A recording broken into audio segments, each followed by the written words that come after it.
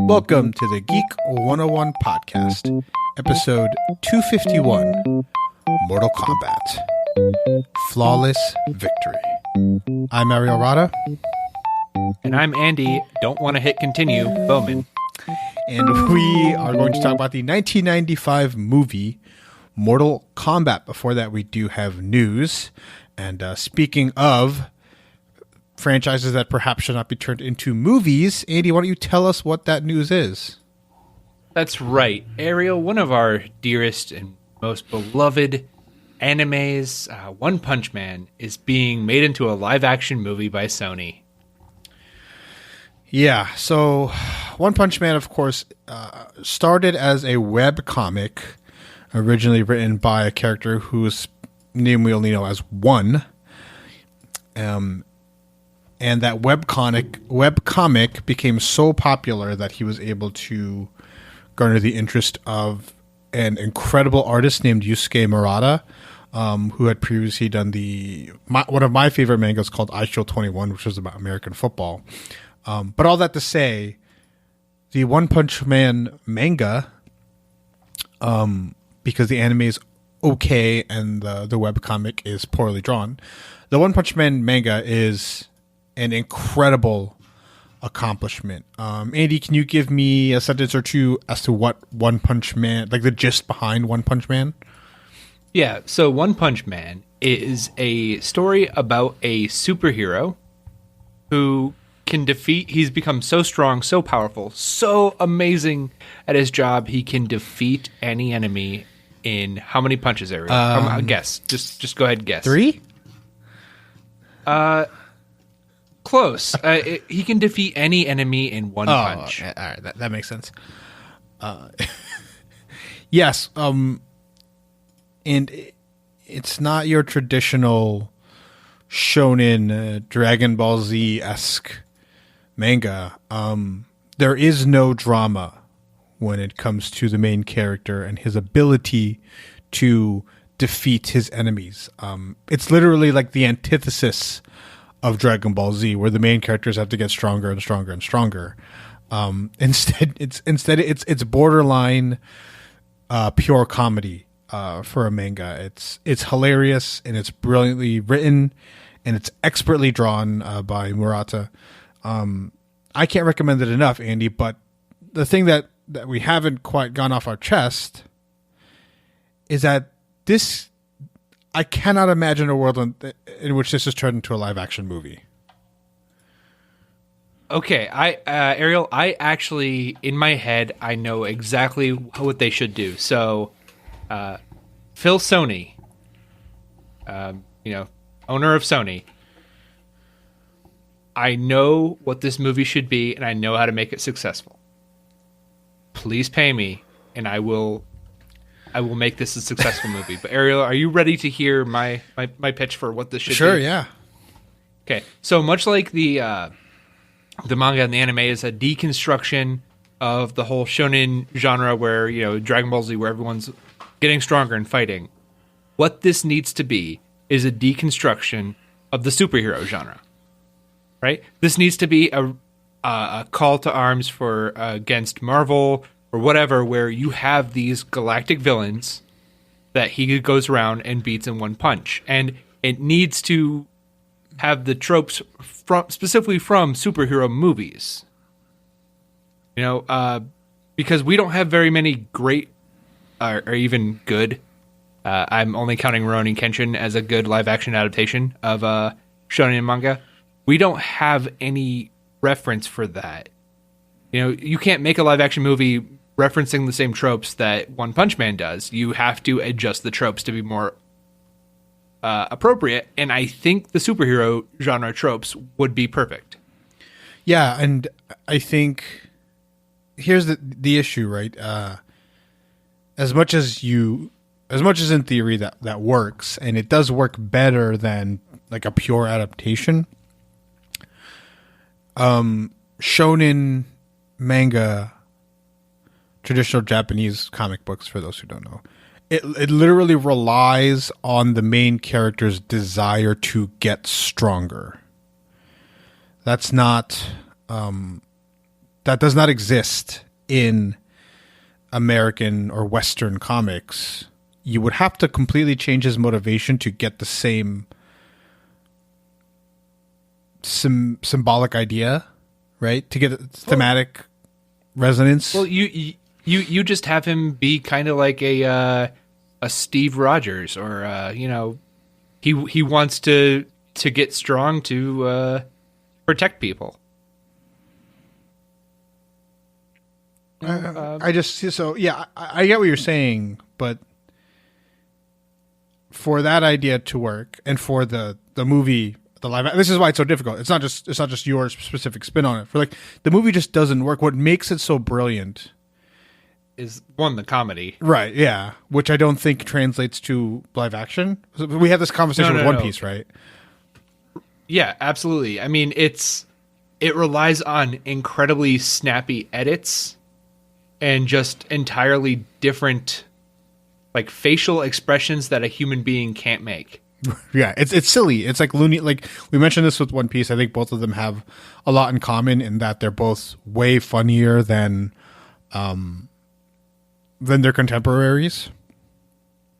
Like, I think conceptually it's One Punch Man, or setting wise, right? It's very similar to something like My Hero. Like I don't laugh reading My Hero Academia, not like I do reading One Punch Man. But yeah, I just like I guess the core concept behind, this probably needs its own episode. The core concept behind like Western comics is that you need to save people, but you can't save everyone. And so as a result of that, it doesn't have that trope to make fun of. Right. Because you can make, like, Dragon Ball Z has become almost a parody of itself. Because it no longer makes sense. It's just people getting stronger to get stronger. We don't, like, Western comics have their own problems. That's the motivations behind the characters is not one of them. Because very easily you just, instead of just like, oh yeah, I can't get stronger, it's like, oh, I failed to save somebody. And it's not like a fun thing to parody. Right? Yeah. Oh, Ariel, you know what? They should actually just make this a Taken parody. A Taken parody? Where he just runs around like trying to... Liam Neeson, I have a very specific set of skills. Yeah. I don't know. I did 100 push-ups every day. It's so good. But like that joke, for people like you and I who have read manga for so long, that works because we're used to what the type of comedy is there. Right. But it's not a great translation.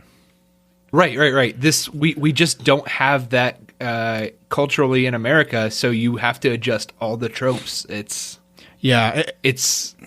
weird. It could end up being like Deadpool-y, I'm afraid. Yeah, and I think we have to. I think anytime you want to make a Western movie adaptation of an Asian story, One Piece, One Punch Man, whatever. I think you have to look. You have to look at what makes Jackie Chan movies special is really watered down in his American movies, and frankly, they're just not as good, not as structurally sound, not as meticulously executed because Western audiences expect a certain thing. Which is why I make that Edgar Wright comparison and that Edgar Wright suggestion for any time they want to adapt something like this. It's because he throws your conventions out the window and says, I can do things my way and my movie's going to be great for it. But he's British. He started with these smaller British, like, he made money, or they cost money to make, but they weren't, like, Shaun of the Dead was not like a mega blockbuster in the way that something like or it wasn't marketed in the way like Scott Pilgrim should have, or Baby Driver was. And so as a result, like he's earned that. And if we had a successful Dragon Ball Z, Bleach, Kenshin, Death Note manga adaptations, if people took the work to find what made those things special and translate them to Western audiences, maybe we'd be set up for someone to come along and make One Punch Man or One Piece live action, which we mentioned that news a couple months ago now. But I frankly, Andy, I try to find a solution for something. That's what I do. I like to solve problems and I like to fix things. I can't find, like, I wouldn't want Edgar Wright to do this. I can't think of somebody to try to do this. I don't think it's doable, and make it still feel special, or it has to be something insanely different. And then why are you going to do it? Why are you going to adapt it? Right. I'm afraid this is going to end up feeling like the trailers for the new guy, the Ryan Reynolds movie. Like it. Yeah, something guy, free guy.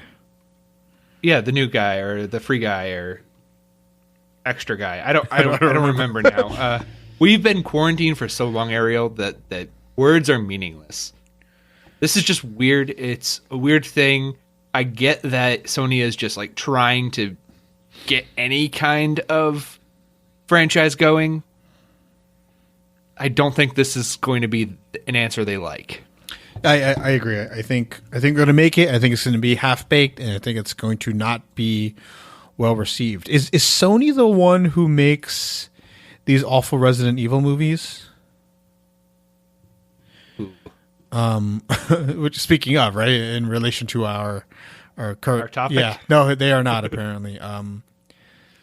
But like that Men in Black movie, I didn't watch it because I had many friends who watched it, and they're just like, it was an abomination. Like, it was just terrible. It was awful, Ariel. It was bad. I was angry the entire time. How do you waste Tessa Thompson and Chris Hemsworth while you do that movie? Yeah, and to see Hemsworth be so incredibly charming, and Tessa Thompson, they have some chemistry there too. Like, it just didn't. It's terrible. I don't trust the I don't know somebody's name in Sony who I would trust to produce this movie. Phil Sony, Ariel. But anyway, developing manga into Western live action movies is a bad idea. I think you start. Remember when they tried doing Astro Boy as an animated? You've got to start with that. Like, you've got to take the baby steps. You can't just. This is like, honestly, Andy, this is like a Japanese company taking Miles Morales and like trying to make a Miles Morales movie, or like taking a Kamala Khan and like trying to make a Kamala Khan movie. Like, hey Ariel, at least we don't have a live action Attack on Titan movie coming out soon too. See, that's the one thing. Do we? Yeah, we do. Do you know what company it is? I think it's Sony. Oh. It's the director of It. Oh, Chapter 1. Muschietti? Yeah. See, yeah, but Andy, don't you think that plays better to Western audiences? Oh, absolutely. Okay, yeah, I think so. That's the difference, right? I think that works, and in a really sad way. Imagine David Fincher picked up the script to Death Note. Like, that works. I don't know what we got, but if you took one of these guys who was a master of tension and you told him to make a movie about a notebook that kills people when you write their name in it, and it's a cat and mouse story, not whatever disaster we got with Lakeith Stanfield, that works, and it can work. I think Attack on Titan, if you strip away the whatever symbolism the guy's trying to do, right? We don't truly know. If you strip that away and you make it a movie about monsters and people stuck inside a thing, and you strip down to the simplicity of the base story, I think the concept works. And I'm also afraid that they're just going to turn Saitama like into The Rock. Something dumb like that, yeah. Right? Like that's the thing. They're going to. My fear is that they're going to try to make the way Saitama looks shorthand for someone who is incredibly strong. And the whole joke is the dude's like McLovin. That's what I say. See, if they got Seth Rogen to make it, but you gave him a Man of Steel budget, that's funny. Like, Michael Cera is just, you just get Michael Cera super ripped, but you always keep him in like that dumb costume. Like, but you Yeah, and he has the earnestness of Saitama, right. too. You'd have to completely change his personality, but I think that's okay. I think his motivations are what make Saitama, is what make it funny. Not necessarily like his personality, but if you gave him the strength, you gave him the powers, but then you also gave him like, he's like, man, I'm just gonna go play video games because this wasn't fun. Things like that. Or he's like, like the scene in Scott Pilgrim where he's like, you know what sucks? Everything. Like, if you make him like that, like, that's funny. Maybe that's how you do it. But do you trust the suit to make that decision? No, but Ariel, I do have a casting recommendation. Okay. Philip J. Sonison. Zac Efron as Moomin Rider. Oh, that's excellent. Yeah. That's excellent. A tertiary character, but yeah. I don't have any faith in this, but let's wait until we get a director attached to even think that Sony's really going to try this. Sure, yeah. Our next and last piece of news is that Amazon has a first look deal with podcast favorite Steven Yeun of Walking Dead fame. Can you tell us a little bit about this, Andy? You just said it all. He has a bit of a creative bone, and Amazon has signed a first look deal with Steven Yeun for the things he's being a executive producer on and helping get made. This is awesome. Yeah, when we do know that he is advocating for more Asian American content, and I don't know the status of this show as of right now, but he is the lead in the Invincible animated movie or show, whatever it is. Right. Well, that's a bit of the probably what really went on here. He's using his connections with Amazon through this. He's the voice. Yeah. I'm excited, man.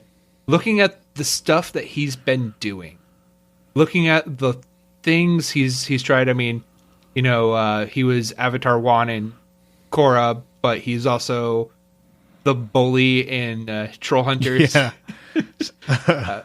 Final Space. He had a amazing movie in Burning. Right. And I'm just so excited. Yeah, me too. Very excited to see him in more things as well, more mainstream things.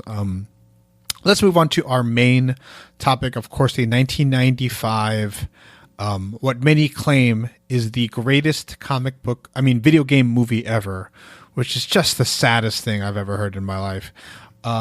Mortal Kombat. Andy, what is your experience with the Mortal Kombat franchise? Well, Ariel, since Mortal Kombat was covered heavily in the news, my parents knew two words before they knew Grand Theft Auto was a no-go either. They knew Mortal Kombat was a no-go. So I mostly played Mortal Kombat at a friend's house whose parents didn't love him as much as mine did.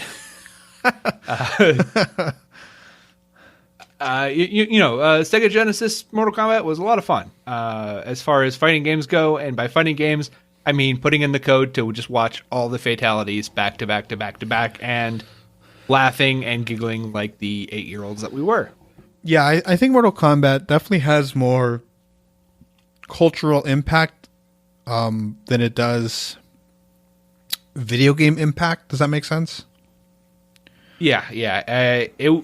It was the first game to like really separate itself from Street Fighter as far as this kind of fighting game goes, but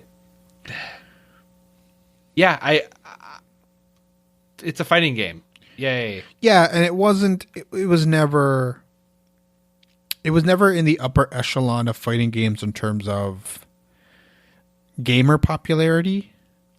I might be wrong, right? But I've never heard of people going to Mortal Kombat tournaments. I have heard of people going to Street Fighter tournaments, and those tournaments still happen. if you were to rank the greatest fighting games, I think you'd probably go Street Fighter Series 1. I think you'd go Super Smash 2, and then maybe you would probably put Mortal Kombat. But they were so uber violent, and they tried being realistic, that you can definitely see why that they were more within the cognitive, purview of the average person, like your parents, for example. On my end, I had a Super Nintendo and a Sega Genesis because my dad has 7 siblings and I was the third cousin in that group, so I got spoiled rotten for about 5 years, or when I was like 5, 6, 7, the prime time that these systems were out, so I got them. And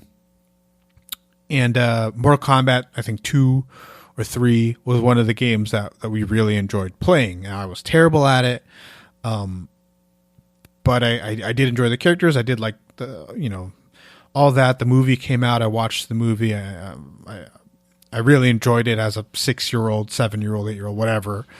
But beyond like that 2D scroller, the 2D fighter, right? When it transitioned to 3D on the N64, I lost all interest in Mortal Kombat. Even at that age, at like 9 or 10 years old, I felt like they lost what made it so special.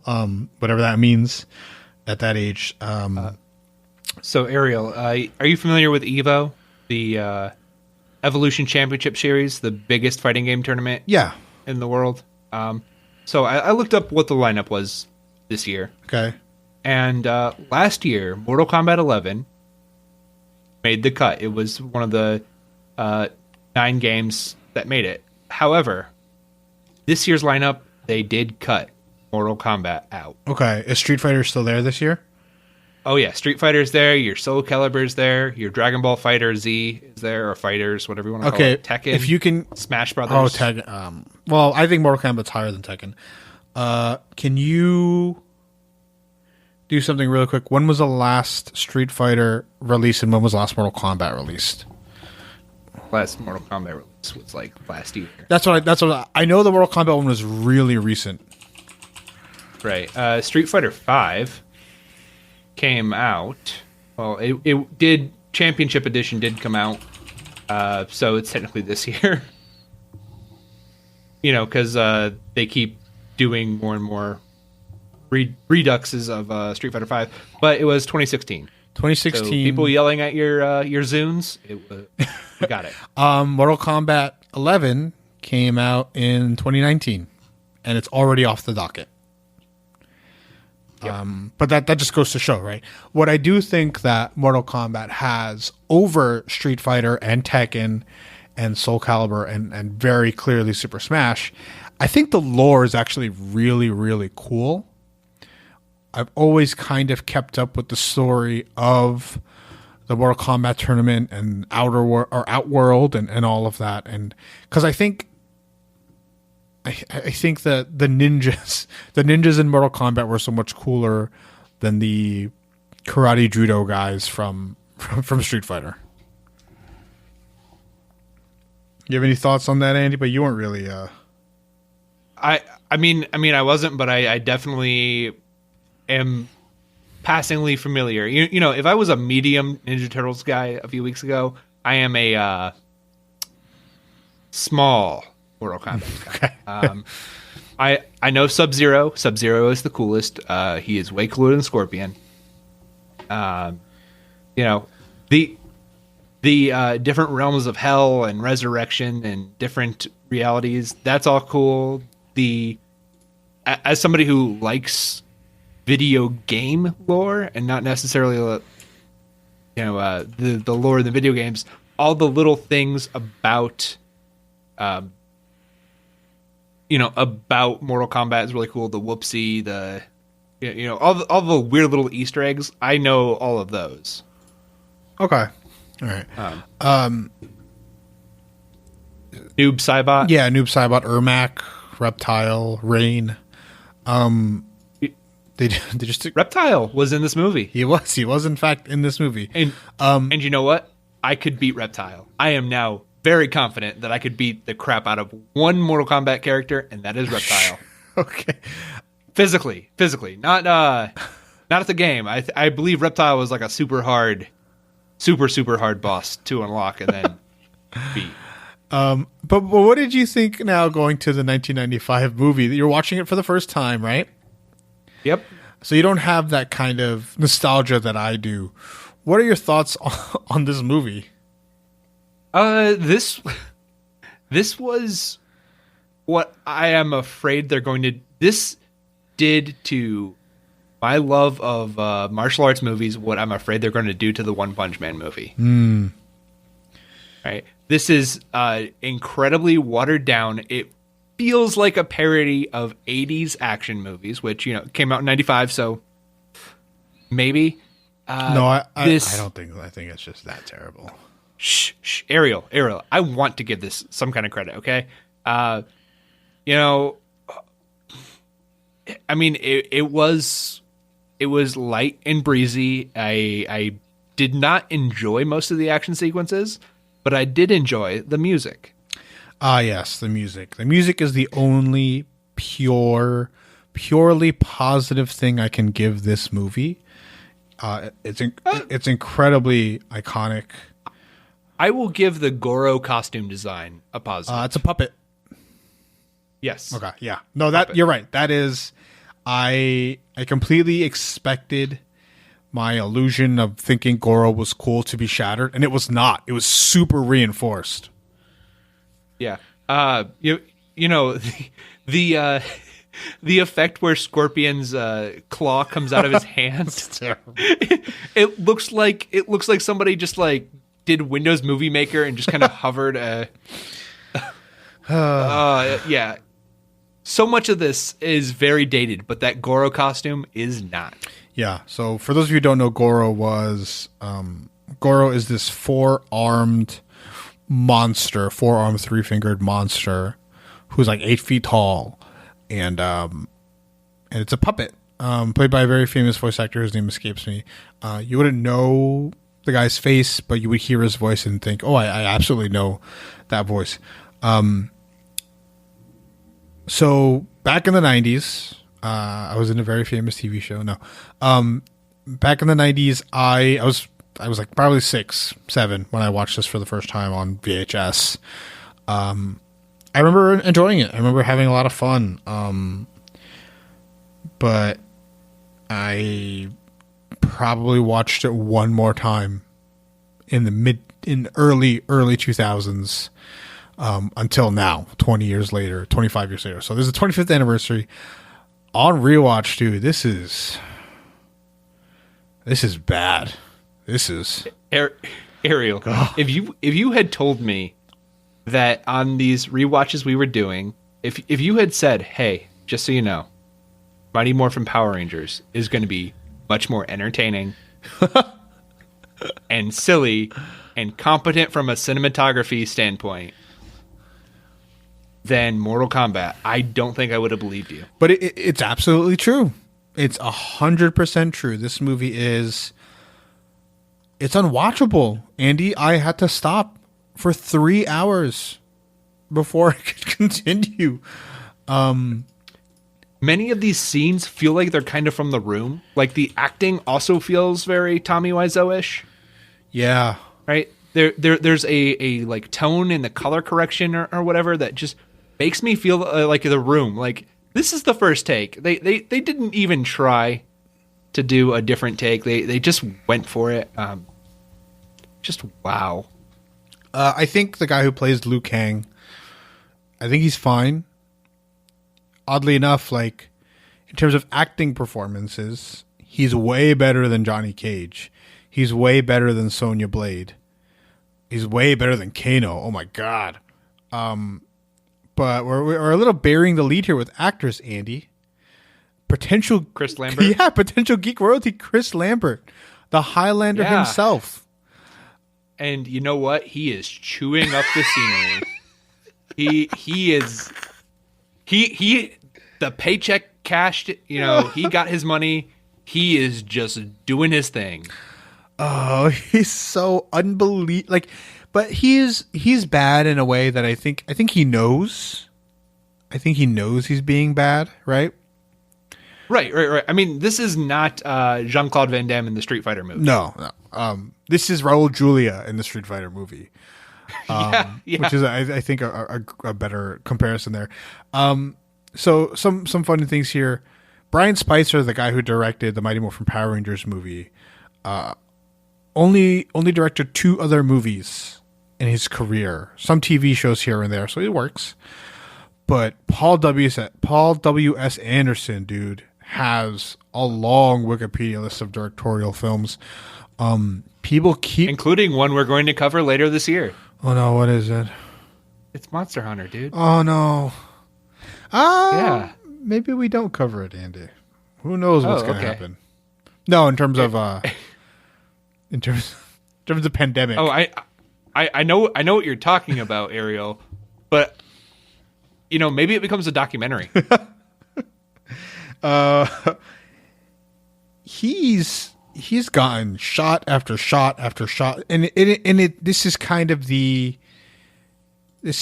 one of the things that makes me so pissed off about the Hollywood system. If you gave me 6 months to go to director school, I can make a better movie than Mortal Kombat, than Alien vs. Predator, than Resident Evil Afterlife, or Resident Evil Retribution, or Pompeii. I guarantee you, if you gave me 6 months of learning how to be a director, I will make a better film. And this guy's got a dozen and a half directorial 1, 2, 3, 4, 5, 6, 7, 8, 9, 10, 11, 12, 13. So he's got 13 director credits alone after this Ariel, movie. could you make a movie better than Resident Evil: The Final Chapter? You didn't list that probably one. Yes. And I'm gonna go out on a limb here, Andy, and I can make a better movie than the current the whatever monster. I can make a better Monster Hunter movie without knowing how to direct a movie than this guy can. It's really frustrating. But that being said, ignoring that part of it,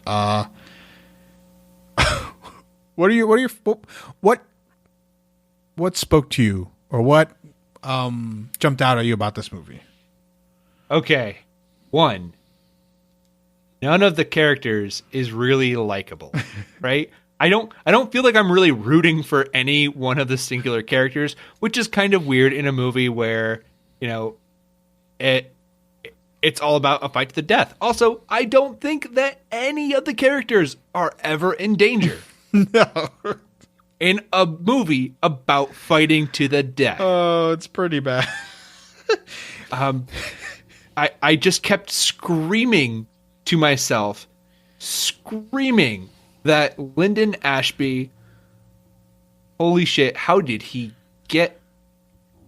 Okay, we are supposed to buy that he is an amazing martial artist.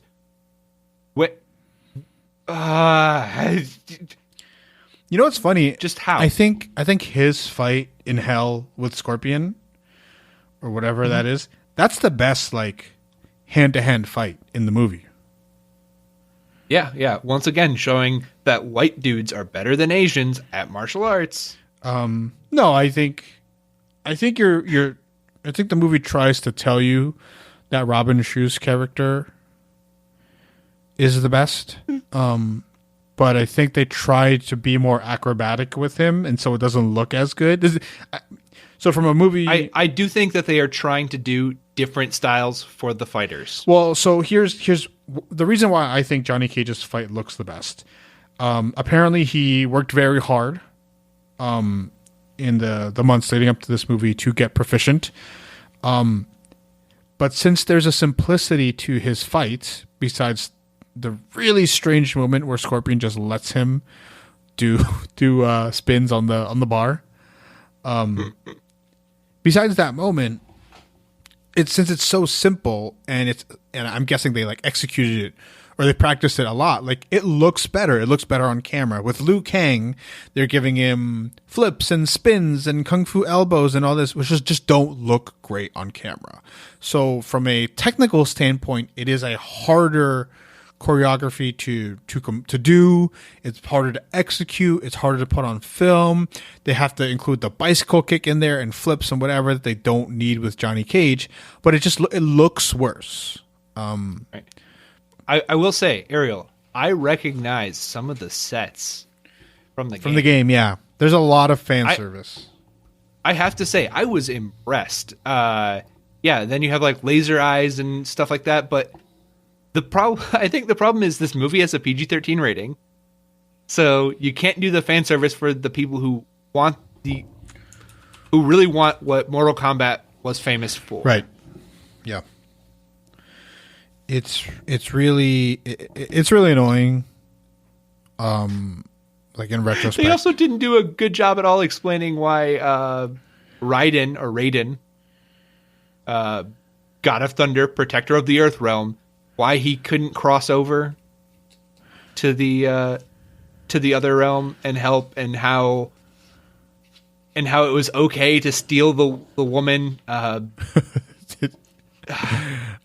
So it's in the script, but it's not pointed out. He is Raiden, Protector of the Realm, God of Thunder. So the fact that he's a god means he can't participate in the tournament. He's not mortal, can't die. Right. So he has never been a playable character in a Mortal Kombat game. I got it. But they make it a point that like he's there so that the other side doesn't cheat. Which is also part of like the lore. And 2, he's a god of Earth and can't leave. Like he's not, like it's not within his purview to leave. He would essentially be like useless in giving up his power to either participate in a tournament or to leave Earth. Does it make sense? No. But it is part of this incredibly expansive lore that Mortal Kombat has, which I find really, really fascinating, and it's way better than all of the other. Like, it's way better than Tekken's Devil lore or Street Fighter's Akuma and things like that. I think they built in these feuds between so many different characters, and everything's coming to a head at the tournament. I think the movie does a terrible job of setting up any relationships of any kind at all, except for the fact that Liu Kang. What are you talking about? Jonny Cage, Cage loves the woman character. When they were doing that, I'll protect you. I was like, my friends will come. What? At one point, they're like hanging out, buddy. I'm like, how? At what point did they establish they were friends? Like, they're strangers. Right. He just told he just told them to take his luggage away. which that was great. I really like that. I really kind of wish that he had run off instead of just throwing it. No, I think it's funnier. It's just like, because I think Liu Kang knows this is like, this guy's not gonna beat me up. He just threw it in the water. I wish he had just like, I kind of wish that were you saying this, that Jonny Cage walked away? Yeah. Okay. Yeah. I thought you meant Liu Kang. Yeah. Like I wish Jonny Cage had just like given it to him, walked away, and then he threw it in the lake. And later on, this becomes like a thing. Like, hey, where's my stuff? He still has so much luggage afterwards.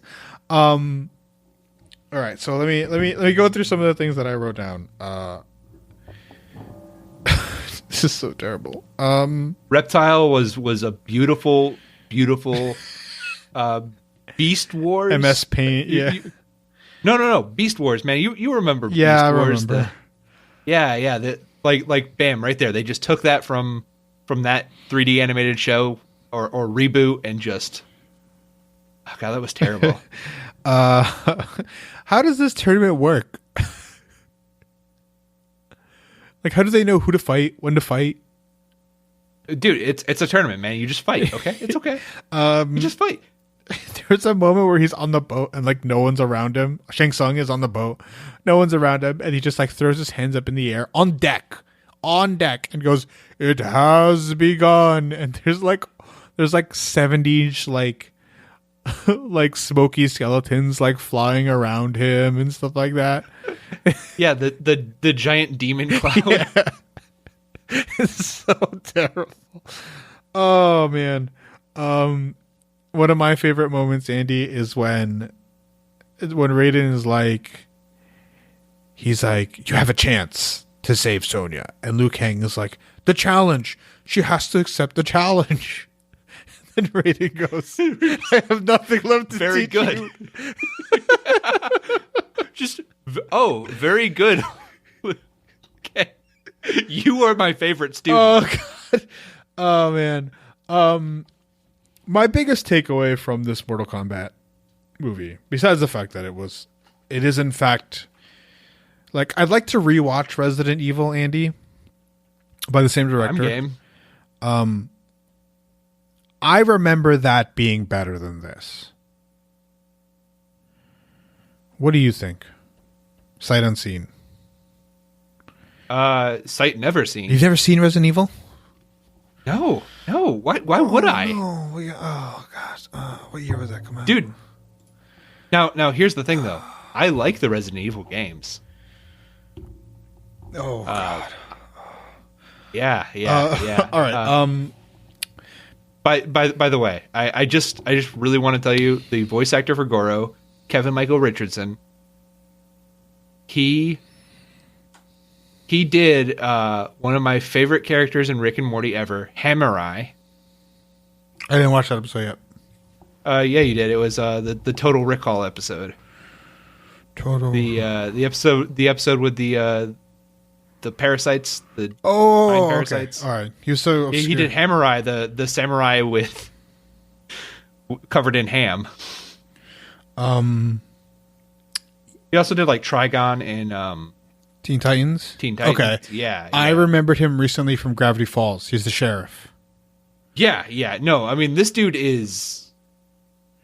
Oh, also he's going to be Invincible. As whom? The Mauler twins. Oh, very good. That's a very good casting. Yeah. But anyway, my biggest takeaway from this stupid and terrible movie is that, one, that song is still a banger. Dun, dun, dun, dun, dun, dun. It's all of it brilliant. Two, wait, quick question. Sure. That song, did you listen to the credits where they go through the entire cast in the song? You just Sub-Zero. Yeah. Scorpion. Yeah. That's great. Jonny Cage. I remember. This is the number. If I've ever had a candidate for property I'd want to see turned into an 8-episode Netflix series, this is it. You can literally, Andy, you can take the same exact plotting, and I would not care. You take the same plotting, you tweak the dialogue, you stretch out the relationships, and this is... You kill a few characters in a Mortal Kombat. Right, you don't even have to kill Cage, Sonja, and Liu Kang. Spoiler alert, they all die at some point. They all die, sometimes get brought back, sometimes don't. Have kids, kill their kids in combat. No, but like over 8 episodes, you introduce different characters. You have, like, I don't know, you have a flashback with Kung Lao. Like, there is so much good stuff to pull and stretch from this lore that if somebody really cared about it in a way that, I can't even think of an example, but like, if you gave this the Daredevil treatment with Steven Knight,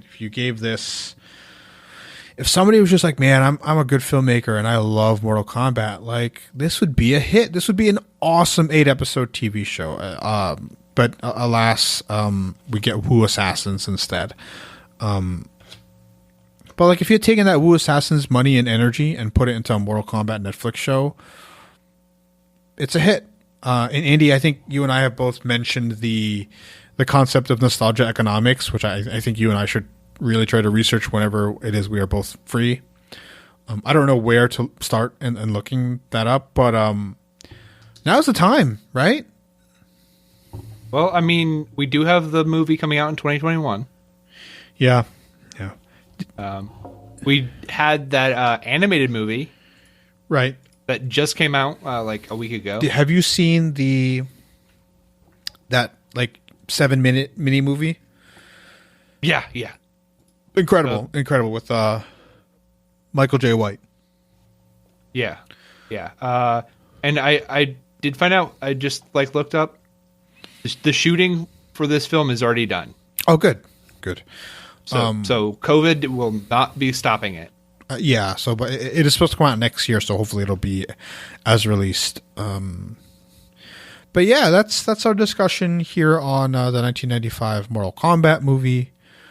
But I mentioned this before, like the choreography alone, it's really annoying because Jackie Chan has been working since the 60s and 70s.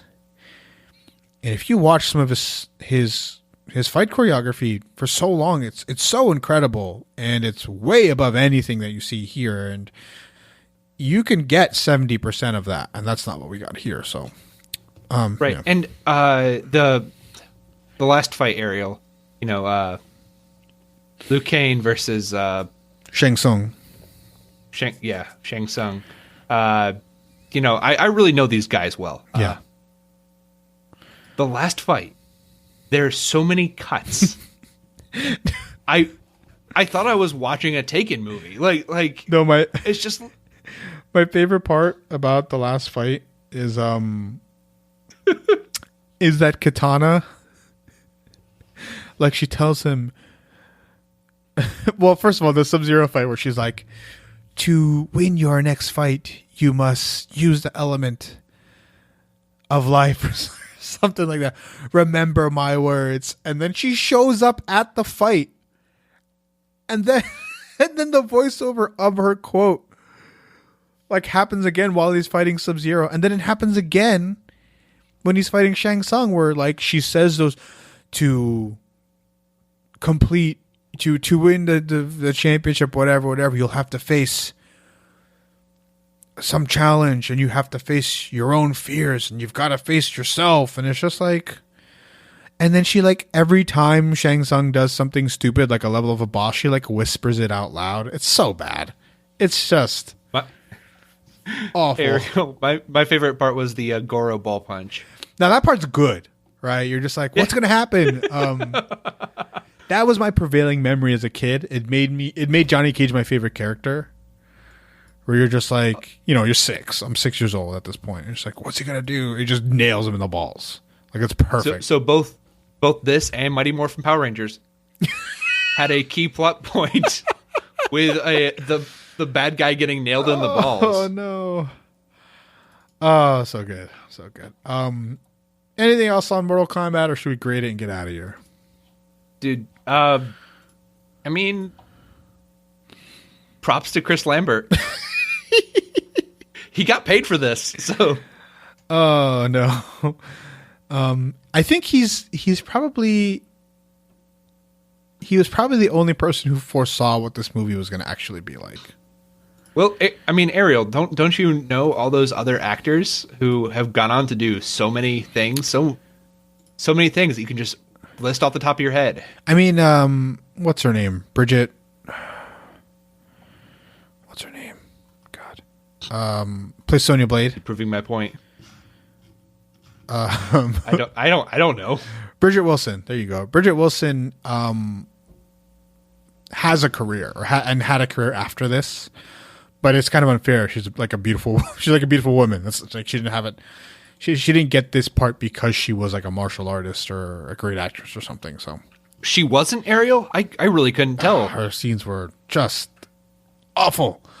I would have loved to see Catherine Winnick be Sonja Blade at some point in her life, and alas, she did not get cast in it as it. Catherine Winnick was in Wu Assassins. She's in Vikings. She's like a old school like stunt woman, black belt, stuff like that. Yeah, this movie's terrible. What would you grade it? Dude, I have to give it a D. It was just boring. Like, wow, this was boring for a movie called Mortal Kombat. Like, I expect two things. One, for there to be combat, and two, for it to be mortal. Yeah, I guess I'll give it a D. If I'm going by like quality of movie, it's an F. I'll factor in some nostalgia. I'll factor in a couple of the costuming and fight scenes. And I'll factor in the music is just so good. So good. Right. I mean, and where is the dude biting his head off, turning into a monster and biting someone's head off, or punching someone's spleen out? It's in the sequel, Andy. Mortal Kombat Annihilation. Which we're going to watch next week, right, Ariel? No. We got to do something that brings us joy next week, Andy.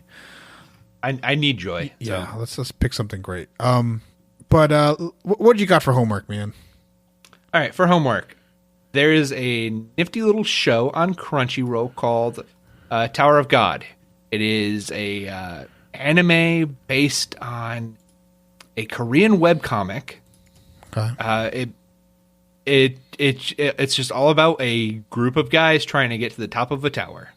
It's mysterious. It gives me young adult fiction vibes where you're introduced to this world. There's all these weird little rules. The animation's really beautiful, and that's why I like it. But Tower of God. All right, I'm gonna go old school. I'm gonna probably go out on a limb without research and say this is the best martial arts tournament movie ever. Street Fighter. Enter the Dragon. Bruce Lee's Double Dragon. That's not a tournament movie, Andy. How dare you? Enter the Dragon. Classic. Bruce Lee's last completed film. Yeah, it's made in the 70s and it's way better than this nonsense. People die in that movie. But yeah, check that out if you haven't. I'm a big Bruce Lee guy, so I mean, they also just set up the camera and let Bruce Lee do his thing, which that's all you need. That's all you need, right? He's I think it's important to find great martial artists who can act instead of actors who can kind of do martial arts. It's almost like a kids movie where you're just like, man, I don't care about the acting. Like, just give, like, The Raid. Like, what's his name is not a great actor. No, but he's a great martial artist. Iko Uwai, right? Not a good actor at all. I'll watch anything he's in, man. I'll give it a shot. He's incredible. Tony Jaa. I'm just gonna fast forward him trying to talk. Just gonna fast forward it. Who cares? So yeah, check that out. Andy, do we know what we're doing next week? I think we should just find something that we love to watch or talk about. Okay. We can work that out, Ariel. We will find something we love. Sure. Yeah. All right, Andy, let's get out of here. People are going to hear about my new Twitter handle today. Where can people find you?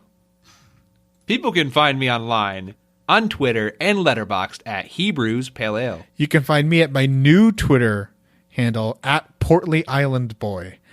And if you're a Scrubs fan, you can you might understand that very obscure reference from season 7 or 8. But you can find us at Geek101 Podcast on Twitter and Facebook and Patreon. Email us geek101pod@gmail.com. That's the way out for today. Class dismissed.